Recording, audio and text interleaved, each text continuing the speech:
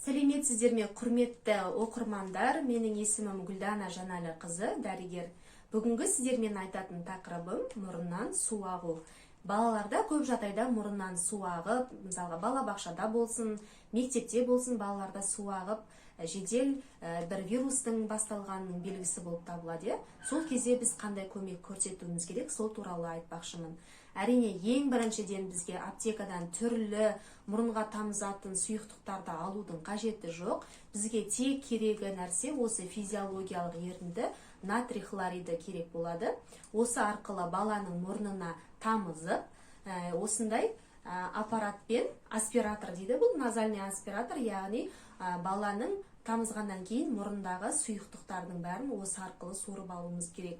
Не үшін сорып алуымыз керек? Себебі мұрынға жиналған сұйықтықтың бәрі бала былай айтқанда шығара алмайды өздігінен. Сол үшін осы арқылы, аппарат арқылы көмектесеміз. Себебі ол сұйықтықтардың бәрі өкпелеріне жиналып, обструктивті бронхитқа алып келуі мүмкін. Егер де сіздерге осы видеом көмектеріңізге жарап жатса, лайк басыңыздар, комментарий жазыңыздар және подписация бөлімін басып кетуді ұмытпаңыздар. Ауырмайық, сау болыңыздар.